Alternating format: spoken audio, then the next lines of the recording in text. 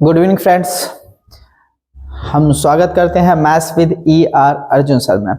और जैसा कि हम NTPC और SSC का बैच एक तरह से पढ़ा रहे हैं और SSC जो CGL मेंस का भी आगामी जो एग्ज़ाम है चयन में होने वाला है और NTPC का जो एग्ज़ाम होने वाला है उसको ध्यान में रखते हुए मैथ का हम सिलेबस कंप्लीट करवा रहे हैं। और थोड़ा सा हेल्थ इश्यूज़ के वजह से बीच बीच में ब्रेक हो गया था। अब ठीक ठाक है, अब कुछ भी ब्रेक नहीं होगा। और आज ही हम 2 वीडियो लॉन्च करेंगे जिसपे आपका मैथ्स का भी होगा प्लस बायोलॉजी का भी होगा। जो भी अगर इस वीडियो में नए जुड़ रहे होंगे उन लोगों से गुजारिश है, उन लोगों से अनुरोध है कि वो पीछे जाके और भी वीडियो देखें जो आपके एग्जाम के लिए बहुत फायदेमंद होने वाला है ना। तो बहुत फायदेमंद और बहुत आपके एग्जाम में समझ लीजिए कि जैसे कहते हैं ना कि एक एग्जाम निकालना है तो 50% हमारा रोल, 50% आपका रोल होना चाहिए। तो 50% एकदम 50% बेहतरीन रोल आपका निभाएगा। ठीक है, तो स्टार्ट करते हैं। परसेंटेज आपका चल रहा था, आज परसेंटेज का सिलसिला लगभग खत्म किया जाएगा। आपका बायोलॉजी का भी स्टार्ट होगा, कल आपका ज्योग्राफी का भी स्टार्ट हो जाएगा। यानी कि अब आपका कंटिन्यूसली जो भी कंटिन्यूस एकदम तौर पे लगातार हर एग्जाम को क्रैक करना है। अगर एग्जाम को क्रैक करना है तो आप वीडियोस को देखिए, अपने दोस्तों को ज़्यादा से ज़्यादा शेयर करिए। चलिए मैथ्स की पिछले वीडियो से ही आगे उसी से नए सिरे से ही स्टार्ट करते हैं। और आज के वीडियो में आपको पहला क्वेश्चन आपके सामने ये रहा, देखिए। कह रहा है कि अप्रैल 2019 में दिनेश 7 लाख रुपए की एक नई कार खरीद देता है। ठीक है, और अप्रैल 2022 में इसकी मूल्यह्रास लागत पर इसे बेच दिया। यदि पहले साल में मूल्यह्रास आपका था 20%, दूसरे वर्ष में था 15% और उसके बाद हर वर्ष आपका 10%। क्लियर? अच्छा, मैं एक चीजें पूछूं कि 2019 में अगर खरीदा है और 2022 में बेचा है, किस में बेचा है? 2022 में। अच्छा, क्या हुआ? मूल्यह्रास का मतलब होता है डेप्रिसिएशन, यानी मूल्य में कमी हो जाना ना। मूल्य में क्या हो जाना? कमी हो जाना, यानी कमी हो रहा है। यानी कि जो 7 लाख का कार खरीदा था वो 7 लाख का ना रह के 7 लाख से कुछ कम हो रहा है। और कैसे कम हो रहा है? कह रहा है कि पहले साल 20% कम हुआ, अच्छा दूसरे साल 15% कम हुआ, तीसरे साल 10% कम हुआ। क्या मैं ऐसे कह सकता हूं? ध्यान से समझिएगा कि 20% का मतलब होता है 1/5, यानी 5 रुपए की अगर कार रही होगी तो 1 घट के कितना हो गया होगा? 4। अच्छा, 15% का मतलब 15% को 5 से काटेंगे तो 3/20 है जी। क्या है? 3/20। अगर इसको 3/20 है तो मतलब क्या हुआ कि 20 रुपए अगर कीमत थी, 20 रुपए कीमत थी, 3 रुपए घट के आपका कितना बच चुका है? 17 रुपए जी। क्लियर? अच्छा, 10% का मतलब होता है 1/10। इसका मतलब ये हो गया कि 10 रुपए का सामान था, 1 रुपए घट के अब कितने का रुपए का बचा है? 9 रुपए का। 4 से इसको काट दीजिए, 4 पंचे 20, 10 पंचे 50, पंचे कितना होगा? 250। 250 रुपए का सामान आपका कितना हो गया? 17 9 153 रुपए का। क्लियर? 153। यानी मैं ऐसे कह सकता हूं कि 250 रुपए का सामान था, अब कितने का हो चुका है? 153 रुपए का हो चुका है। तो हम सीधा सीधा ये नहीं कह सकते हैं कि 250 का ही वैल्यू क्वेश्चन में दे रखा है 7 लाख। कितना दे रखा है? 7 लाख से। ठीक है, अब एक कुर्सी का दाम निकालना है तो आप कहोगे 7 लाख और बटे आपका कितना हो गया भाई? 250 और भागा कर लो 153 और 153 का गुना कर लीजिएगा। आपको पता चल जाएगा कि विक्रय मूल्य में कितनी धनराशि मिलेगी। अगर ये बेचेगा तो कितनी धनराशि इसको मिलने वाली है, आपको पता चल जाएगा। ठीक है, अच्छा अगर आप देखेंगे तो जल्दी अगर नहीं कट पिट रहा है भाई, जल्दी नहीं कट पिट रहा है तो डिजिटल सम लगा लो। यानी कि 5 2 7, अगर 7 आ जाता है तो ऊपर नीचे 4 से हम क्या कर लेते हैं? मल्टीप्लाई कर लेते हैं डिजिटल सम के लिए। तो 5 3 8 1 9, यानी कि डिजिटल सम 9 होना चाहिए। तो यहाँ पे देखिए 4 2 6, 8 4 12 6 18 9, यहाँ भी आ रहा 8 6 14, यहाँ पे 9 नहीं बन रहा जी। यहाँ पे डिजिटल सम आपको 6 4 10 8 18 नहीं बन रहा जी। यहाँ पे डिजिटल सम 8 4 12 12 7 19 2 21, यहाँ भी नहीं बन रहा। यहाँ बन रहा जी 4 2 6 8 6 14 4 18। डिजिटल सम कितना बन रहा? 18 बन रहा, और डिजिटल सम 9 ही आना चाहिए, यानी 18 में 9 आ रहा, यानी कि 153 जो है 9 का मल्टीपल, यानी 9 गुना 17 है। और मैं आपको समझा दिया था कि कभी भी भैया अगर कभी भी एक चीजें ध्यान में रखना, कभी भी एक चीज ध्यान में रखना कि अगर 9 का मल्टीपल है, जैसे ये आपका क्वेश्चन 9 का मल्टीपल है, तो अगर 9 का मल्टीपल आ जाता है तो डिजिटल सम हमेशा क्या होता है, 9 ही होता है। अरे बात समझ में, डिजिटल सम हमेशा कितना होगा, 9 होगा। तो इसका आंसर होगा आपका 4,28,400 रुपए की अब वो कार बिकेगी, जो अप्रैल में 2019 में 7 लाख की थी, 2022 में उस कार की कीमत घट गई है जी, और वो कार अब कितने की जाएगी, 4,28,400 रुपए की ना। आगे बढ़ा जाए, ठीक है बाबू, चलिए समझ में आ रहा होगा आप लोगों को, पढ़िए चला। कह रहा कोरोना वायरस के कारण एक गांव की 5% आबादी की मृत्यु हो गई, शेष आबादी में से 20% दहशत के कारण मर गए, भाग गए। यदि इस समय की जनसंख्या है 4655, तो कोरोना आक्रमण से पहले गांव की जनसंख्या क्या थी। अच्छा, अगर मैं टोटल मान लेता हूं कि भाई बचाओ बस, क्योंकि वर्तमान में जनसंख्या केवल कितनी है, 4665, और हमें पहले वाला पूछ रहा है, तो हम कहेंगे भाई पहले की जनसंख्या अगर x रही होगी तो इसका 5% मर गए होंगे तो 95% बच गए होंगे। इस बात से सहमत हैं आप, 95% बच गए होंगे, क्लियर। 5% की अगर मौत हुई है तो भैया कितने बच गए हैं, 95%। फिर कह रहा है शेष आबादी में से, यानी कि जो बचे हुए हैं इतने लोगों में से 20% दहशत के कारण भाग गए, तो 20% अगर भाग गए होंगे तो कितने बच गए होंगे भैया, आप कहेंगे 80% बच गए होंगे, क्लियर।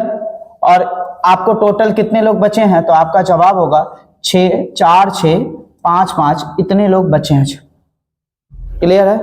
अब कुछ आपको करना है नहीं, 1 0 से 1 0 कैंसिल आउट करा दीजिए, यहाँ x का वैल्यू निकाल लीजिए, x का वैल्यू आपका निकलेगा 4 6 5 5, गुना करोगे 100, गुना करोगे 10, बटे करोगे 95 और गुना करोगे 8। अच्छा भैया एक बार जरा डिजिटल सम लगा के देखा जाए, डिजिटल सम अगर लग गया तो काम मेरा बन जाएगा। जैसे 9 5 14, 14 में डिजिटल सम बाबू बताओ, 14 में डिजिटल सम 5, 8 पंचे 40, 40 में डिजिटल सम 4, यानी कि जब भी डिजिटल सम में 4 आता है तो आपको मैं बता दूं कि मैं बताया था ऊपर नीचे केवल किससे गुना कर लीजिए, 7 से, क्योंकि डिजिटल सम नीचे का हमें 1 बनाना है, तो 4 के पहाड़ा में 28 आएगा, तभी डिजिटल सम 8 2 10 1 बनेगा, क्लियर। अब यहाँ डिजिटल सम लगा लो, तो इनका डिजिटल सम 1 है, इसका 6 4 10 5 15 5 20 ये 2 है, और 7 का गुना 2 में करोगे 14, और 14 में डिजिटल सम कितना होगा बाबू, 5, यानी प्रश्न का डिजिटल सम कितना है, 5। तो उत्तर का भी डिजिटल सम 5 आना चाहिए, पहले में नहीं है। दूसरे में अगर देखा जाए 6 3 9 और 1 5 आ गया, यानी उत्तर नंबर कौन सा होगा भाई, सेकंड। समझ पा रहे हैं, क्लियर है। इसमें डिजिटल सम 6 आ रहा है, इसमें डिजिटल सम 9, 8 5 13, 8 5 18, इसमें डिजिटल सम 9, यानी कि एक ही में डिजिटल सम 5 बन रहा है, और वही उस सवाल का उत्तर होगा। सबसे बेस्ट आपको तरीका हम बता रहे हैं एक लाइन में लगाने का ना, कि 5% अगर जनसंख्या, आप अलग तरीके से भी लगा सकते हो, लेकिन हम सीधा सीधा कहें ना कि अगर टोटल x जनसंख्या थी, जो बच रहा उसको बचा लो बस, ठीक है। शेष का यही मतलब होता है। आगे आ जाइए, देखिए जरा क्वेश्चन पढ़ लीजिए एक बार। कह रहा मोहन को पहले वर्ष में उसकी बिक्री राशि में 12% की वृद्धि और दूसरे वर्ष में 15% की वृद्धि प्राप्त हुई, इसके साथ ही उसकी वर्तमान बिक्री इतनी है, क्लियर भाई। अच्छा 12% पहले साल बढ़ी है, तो 12% का मतलब होता है 3/25, यानी 25 रुपए उसका बिक्री था, अब कितना हो चुका है बाबू, 3 रुपए बढ़ के 28 रुपए हो चुका है, क्लियर। अच्छा 15% का मतलब होता है 3/20, ये भी बढ़ा ही है, मतलब 20 रुपए था, अब कितना हो चुका है, 23 रुपए हो चुका है। क्या इस बात से सहमत हैं आप, क्लियर। अब इसका गुना कर लीजिए, इसका भी गुना कर लीजिए, 25 गुना 50 यानी 500, क्लियर। 28 तरीके 84 को 4 कैरी 8 हो गया, 28 दूना 56, 56 में 8 जोड़ोगे 64 हो गया, यानी कि 644, क्लियर। जरा देखिए तो, यानी 500 था, टोटल कितना हो चुका है, 644 हो चुका है। और इसी 644 कुर्सी का दाम दे रखा कितना, 12,8,800। क्लियर बाबू, देखो 2 बार में कैंसिल हो रहा है, यानी एक का वैल्यू कितना आ गया, 200। जब एक का वैल्यू 200 तो आपसे पूछ रहा 500 का वैल्यू, तो आप इसमें 200 का क्या कर देंगे, गुना, 5 दूना 10, और कितना जीरो है, 2 2 4 जीरो और चिपका दीजिए बाबू, कितना जीरो, 4 जीरो, यानी उत्तर 1 लाख। इस सवाल का उत्तर होगा ऑप्शन नंबर डी। ठीक है, इस सवाल का उत्तर कौन होगा, ऑप्शन नंबर डी। सबको समझ में आ रहा है। कह रहा है कि पहले साल 12% की वृद्धि हुई, मतलब 25 था उसका सेलिंग, 12 बढ़ आपको 3 बढ़ के कितना हुआ, 28। दूसरे साल आपका 15% की वृद्धि हुई, यानी कि 20 था, 3 बढ़ के कितना हो गया, 23। ठीक है, गुना कर लीजिए, 25 गुना 20 यानी 500, 28 गुना 23 मतलब 644। ठीक है, यानी 500 टोटल था, अब कितना हो चुका है, 644 हो चुका है। 500 था, टोटल कितना हो चुका है, 644 हो चुका है, मतलब 644 का ही वैल्यू क्वेश्चन में दे रखा है, 12,8,800। तो एक का वैल्यू आ जाएगा 200। जब एक का वैल्यू 200 तो आपका 500 का वैल्यू निकालना था, तो 500 गुना 200 कितना उत्तर आ गया आपका, 10,000, यानी सॉरी 1 लाख। ठीक है जी, आगे बढ़िए और इस सवाल को लगाइए जरा।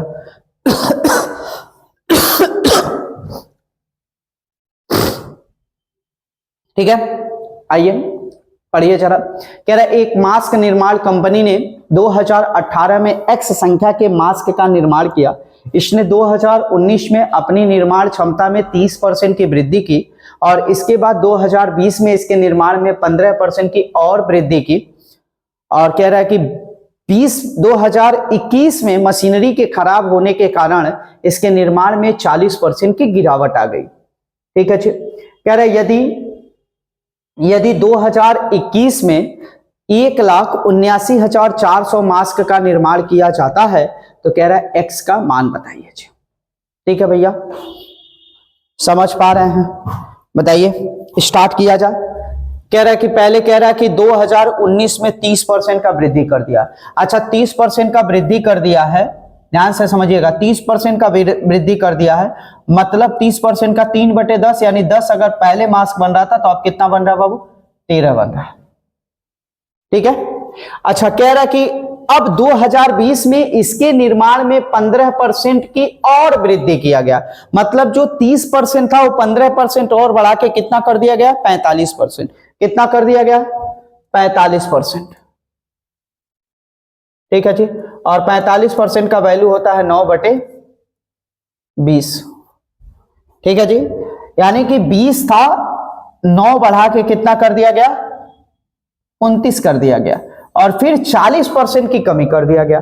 40% का मतलब कितना होता है बाबू, तो आप कहोगे 2/5, यानी 5 था, 2 कम होके 3 हो चुका है, 5 था, 2 कम होके कितना हो चुका है, 3 हो चुका है। क्लियर, अब जरा इसका मल्टीप्लाई कर लो, 20 पंचे 100 और 100 में 10 का गुना करोगे 1000। क्लियर, 29 में 13 का मल्टीप्लाई करोगे, 13 9 117 और कैरी हो गया 11 और 13 दूना 26 में 11 जोड़ोगे 37 और गुना करोगे 3 का, इक्वल टू कितना आएगा बाबू, 3 सते 21, 3 सते 21, 21 में 2 जोड़ोगे 23 और 3 3 9 2 11। क्लियर, यानी कि हम कह सकते हैं कि पहले अगर देखा जाए, पहले देखा जाए तो 1000 मास्क था, अब कितना हो चुका है, 1131 मास्क हो चुका है, और इसी का वैल्यू क्वेश्चन में दे रखा है 17,9,400। ठीक है जी,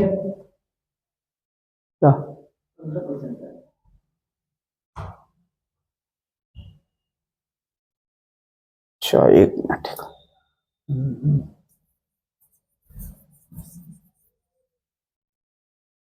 ठीक है भाई, एक मिस्टेक हो गया है, वो कैलकुलेशन में मिस्टेक, 15% को 45% लिख दिया गया है, थोड़ा सा देख लेते हैं उसको।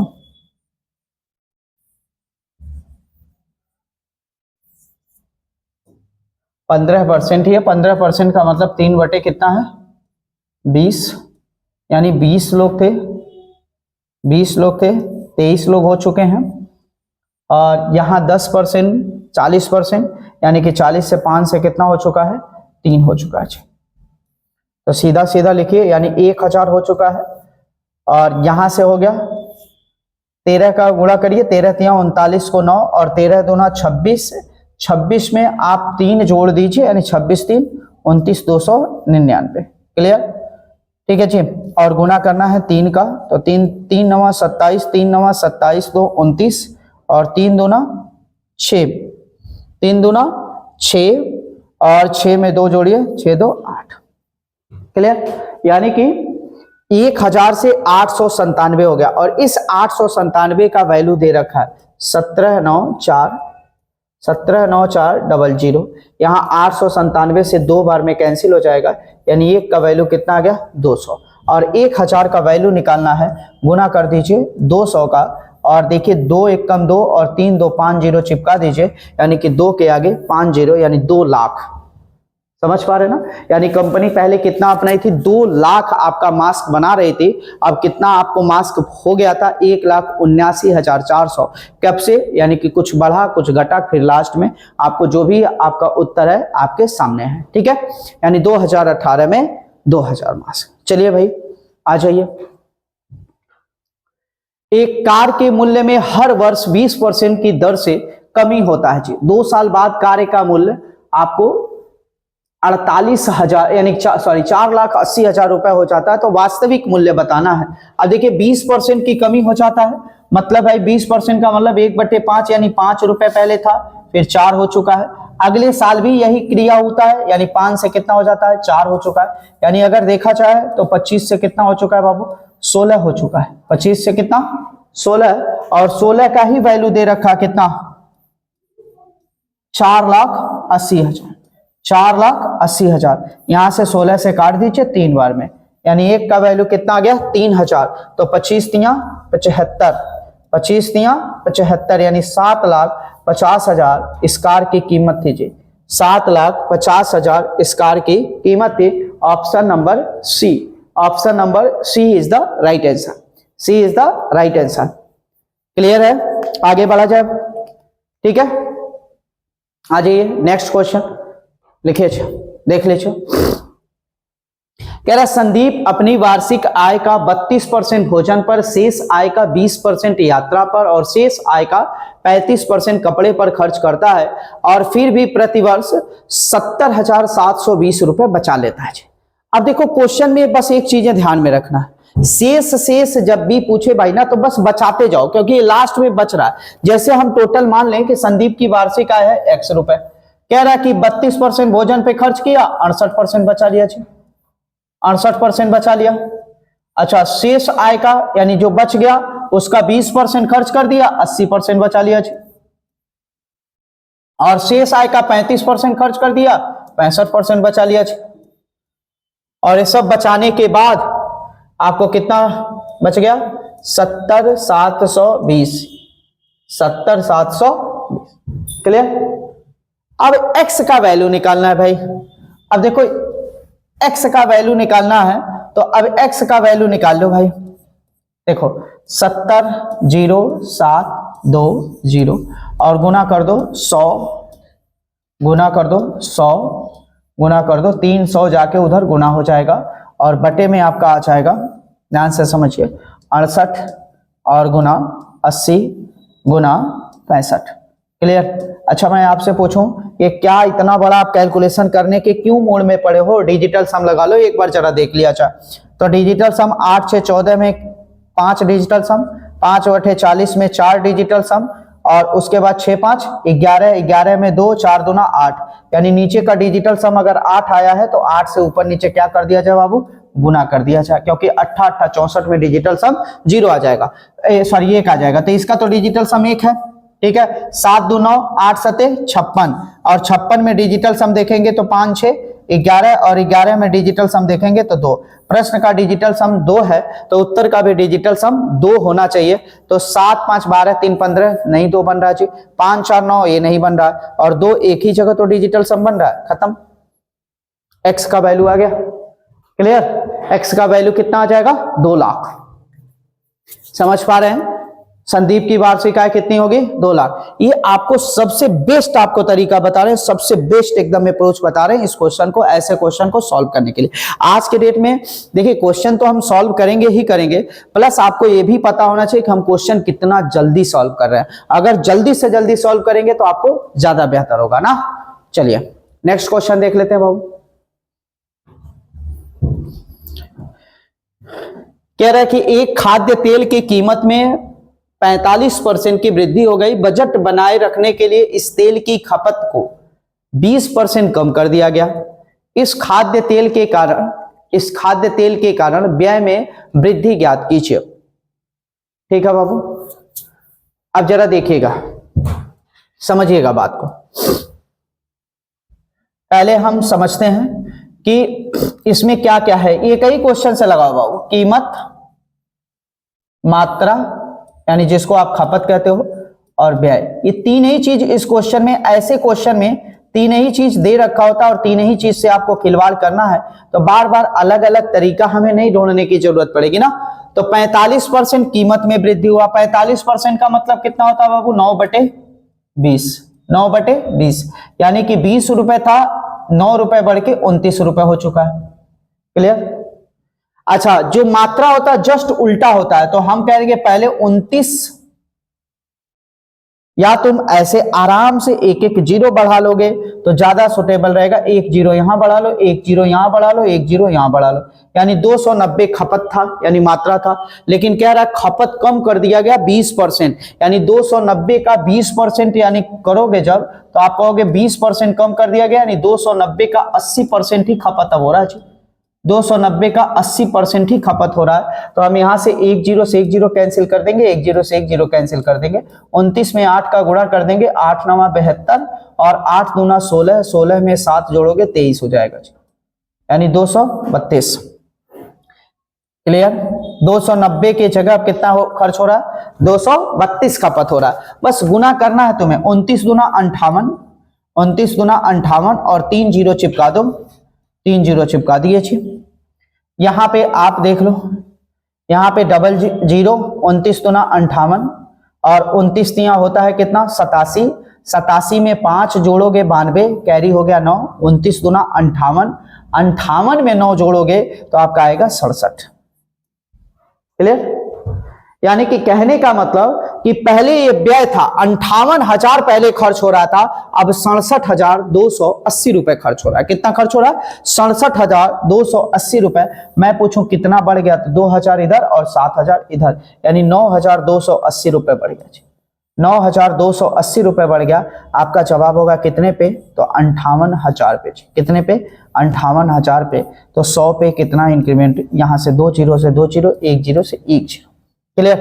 अच्छा, अब देखा जाए तो कितना, यानी एक बार का पहाड़ा पढ़िए 1, या डिजिटल सम लगा लो। डिजिटल सम 8 5 13, 13 में 4 और 4 में अगर डिजिटल सम है तो ऊपर नीचे 7 का मल्टीप्लाई कर सकते हो। 4 है तो ऊपर नीचे 7 का मल्टीप्लाई कर सकते हो। तो यहां से आपको 8 खत्म और 8 2 10, 10 में 1 और 7 1 कम 7, यानी प्रश्न का डिजिटल सम है 7, उत्तर भी आपका आएगा 7। तो 7 एक ही में डिजिटल सम बन रहा है, उसमें कितने बन रहा है? 16% में। तो इस सवाल का उत्तर होगा 16%। समझ पा रहे हो बाबू? इस सवाल का उत्तर कितना होगा? 16%। क्लियर है? आगे बढ़ा जाए, चलो जी आ जाइए, पढ़िए जरा इस क्वेश्चन को। कह रहे एक आदमी के काम के घंटे में प्रतिदिन 35% की वृद्धि हो गई और उसकी प्रति घंटे की मजदूरी 25% की कम हो गई। अच्छा, तो दैनिक आय, अब मैं पूछूं दैनिक आय तुम्हारी क्या है? मतलब दैनिक आय का मतलब हर दिन तुम कितना कमाते हो। तो आप कहोगे सर हम कैसे कमाएंगे? आपको पता होना चाहिए कि 1 घंटे में हमें कितना मजदूरी मिल रहा है और प्लस हम कितना घंटा काम कर रहे हैं। जैसे मान लो हमें 100 रुपए मिल रहा 1 घंटे का, अगर मैं 8 घंटे काम करता हूं तो 800 कमाऊंगा। अगर मुझे 100 रुपए मिल रहा, अगर मैं 6 घंटे काम करता हूं तो 600 कमाऊंगा ना, जितने, यानी कि ऐसे देखा जाए कि तुम्हारा जो भी दैनिक मजदूरी है, यानी कि जो भी तुम्हारा एक दिन में वेजेस है वो तुम्हारा डिपेंड कर रहा है कि 1 घंटे का कितना पैसा मिल रहा है और प्लस तुम कितना घंटा काम कर रहे हो। क्लियर? यहाँ पे एक आपको कह रहा है कि 35% की वृद्धि हो गई किसमें, यानी कि रोज जो घंटा काम कर रहे हो उसमें। मान लो ओवर टाइम मिल गया जी, 35% का मतलब होता है 7/20। क्लियर? यानी कि 20 घंटा तुम काम जो कर रहे थे, अब कितना घंटा काम कर रहे हो, 27 घंटा काम कर रहे हो, ऐसे समझो। ठीक है?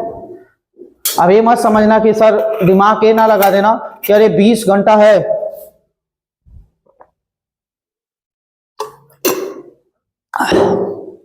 अब कई लोग ऐसे दिमाग लगा रहे होंगे कि 1 घंटा में 24 घंटा होता है, एक दिन में 24 घंटा, कोई से 27 घंटा हो गया। भाई डेटा नहीं है ना, डेटा नहीं है, रेशियो है। आप समझना, कह रहा है उसकी प्रति घंटे मजदूरी 25% कम हो गई। 25% का मतलब 1/4, यानी 4 रुपए था, 1 रुपए कम होके कितना हो चुका है, 3 रुपए ना। तो यहां से देखिए जरा, तो 20 चौको 80 और 27 तरीके 81। कहने का मतलब यानी कि पहले वो कमा रहा था 80 रुपए, अब कमा रहा है 81 रुपए। 1 रुपए की बढ़ोतरी हो गई है कितने पे, 80 पे। तो 100 पे कितना इंक्रीमेंट होगा, ऊपर नीचे काट के देखोगे तो आएगा 5/4। 5/4 का मतलब 1.25, कितना होगा, 1.25%। क्लियर? यानी कि उसकी जो दैनिक आय होगी उसमें कितना वृद्धि हो जाएगा, 1.25% का वृद्धि हो जाएगा। क्लियर है? आ जाइए भाई, नेक्स्ट क्वेश्चन को देख लीजिए। कह रहा है स्टेशन मास्टर, थोड़ा सा इसमें वो हो गया, हम सोचते हैं स्टेशन मास्टर ने एक आयताकार डिजिटल बोर्ड की लंबाई 4% बढ़ाने और चौड़ाई 4% घटाने का निर्णय लिया, जिसकी वजह से उसके क्षेत्रफल में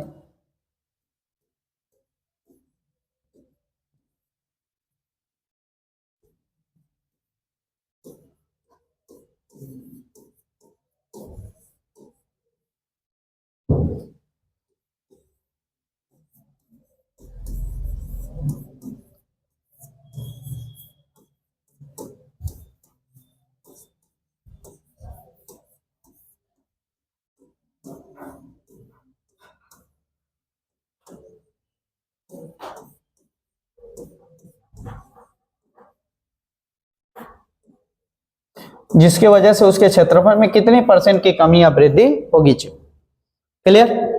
देखिएगा जरा इस क्वेश्चन को, कुछ करना नहीं है भाई। क्षेत्रफल क्या होता है, दो विमाओं का आपस में गुना होता है।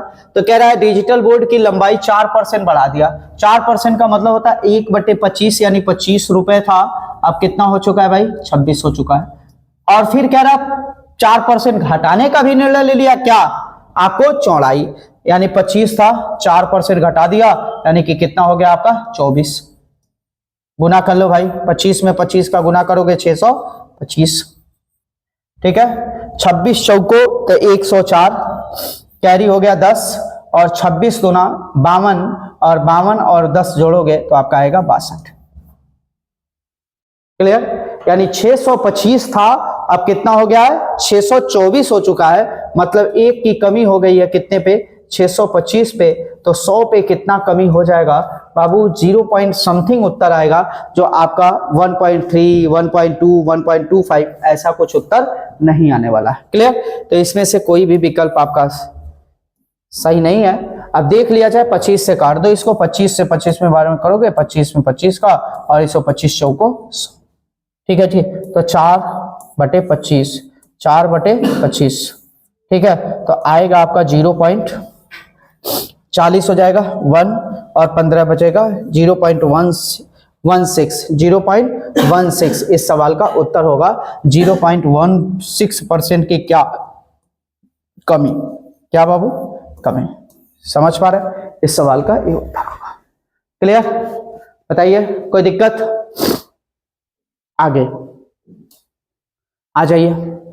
कह रहे यदि वर्ग के प्रत्येक भुजा को 17% घटा दिया जाए तो उसके क्षेत्रफल में कितने % की कमी या वृद्धि हो जाएगी। ठीक है बाबू, 17% का मतलब यानी कि 100 से सीधा सीधा कह दिया जाए, 100 से कितना कर दिया गया, 83, और फिर कितना कर दिया गया, 100 से 83। यानी कि जब भी कुछ भी नहीं दिया है तो 2 बार उसी को घटा लो, यानी कि यहाँ 100 का 100 में गुना करोगे कितना आएगा, 10,000, और यहाँ 83 का 83 में मल्टीप्लाई कर दोगे तो आपका 17 कम है यानी 289, 289 का 89 लिख लो 2, और 17 कम है यानी 15 कम कर दो, तो 83 में से 15 घटाओगे आपका 13 यानी 68, कुछ ऐसा ही आ रहा है क्या?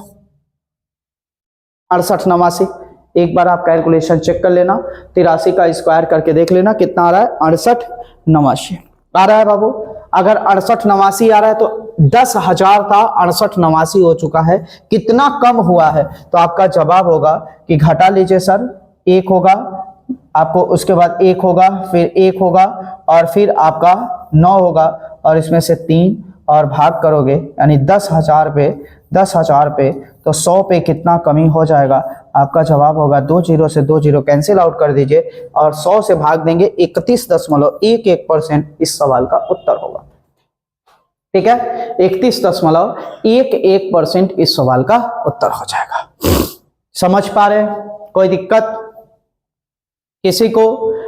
ऐसा कोई भी लड़का अगर जिसको समझ में नहीं आ रहा है, आपको कहीं भी किसी भी क्वेश्चन में अगर कॉन्सेप्ट में क्लैरिटी आपको नहीं मिल रही है, तो आप कमेंट बॉक्स में कमेंट जरूर करिए, हम उसका रिप्लाई जरूर करेंगे, उत्तर आपका कोशिश करेंगे कि आपको ये सारा चीजें सॉल्व करके दीजिए और सब कुछ समझ में आए, क्योंकि हम एक प्रॉपर वे में जो भी देखो हम स्टार्ट किए हैं उसको प्रॉपर वे में उसको खत्म करेंगे। थोड़ा सा समय लगेगा, लेकिन ऐसा कोई भी टॉपिक हम पूरा डीप तक पढ़ाएंगे, यानी कि आपको easy, moderate and hard question तीनों शिफ्ट में पढ़ाएंगे, यानी तीनों तरह के क्वेश्चन को पढ़ाएंगे।